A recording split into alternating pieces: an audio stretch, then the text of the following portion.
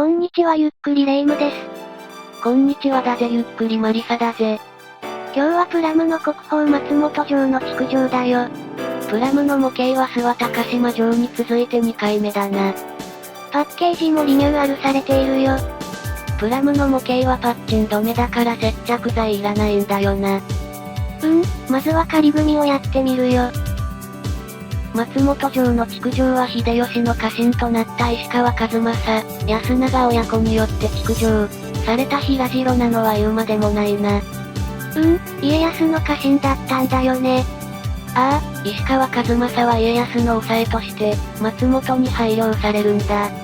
松本城の天守軍は複合連結式といって、大天守と渡り櫓と乾小天守の連結式部分と、辰見付櫓と月見櫓の複合式部分と、両方がデプロイされている、全国唯一の天守軍なんだ。なんてったってかっこいいもんね。その天守軍が今でも現存してるんだから、たまらないわよね。大天守と渡り櫓と小天守は、戦国時代、石川親子に築城されている。江戸時代に辰見付櫓と月見櫓が増設されたんだ。そうなんだね。じゃあ、早速、石垣から築城開始だよ。プラムの松本城の石垣は、そのモールドがものすごくよく造形されてるぜ。それを活かさないわけにはいかないわよね。まず名石まで造形されているからな。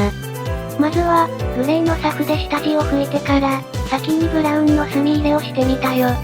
次にアクリルガッシュのトノコ色とニュートラルグレーを混ぜて、三木墨の部分だけを塗装したよ。続いて、ニュートラルグレー、トノコ色を配合を変えながら、全体にムラが出るように塗装していったよ。おお、雰囲気出てきたな。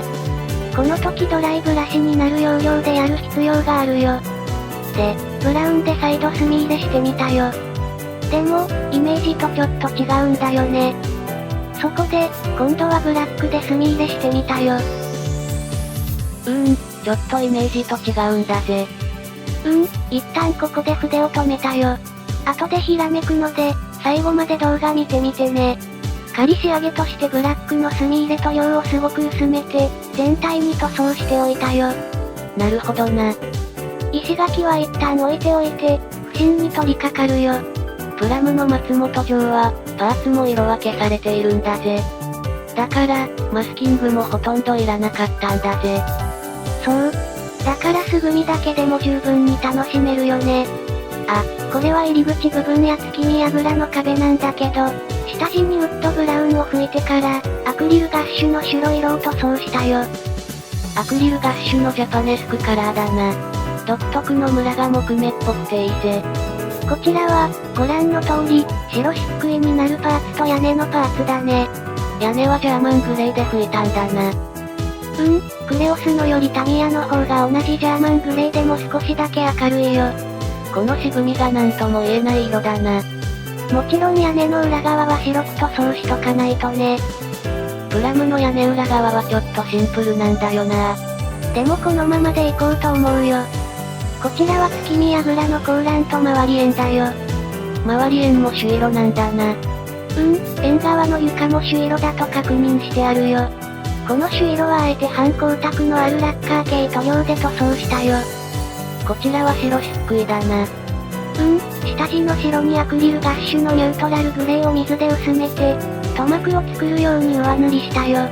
左がただの白下地で、右がアクリルガッシュ付きだな。グレーが濃いと思っても、下に板張りの黒があるから、白く見えると思うよ。こちらは、悩んだんだけどね、成型色がなんとも言えないいい色だったから、実は艶消しクリア光沢をそのまま吹き付けただけなんだよ。黒漆は反射で光って見えるからな。この黒は説明書によるとブラック50、ニュートラルグレー20、ウッドブラウン20、ホワイト10みたいなんだよ。おお、これは石垣塗装の続きか。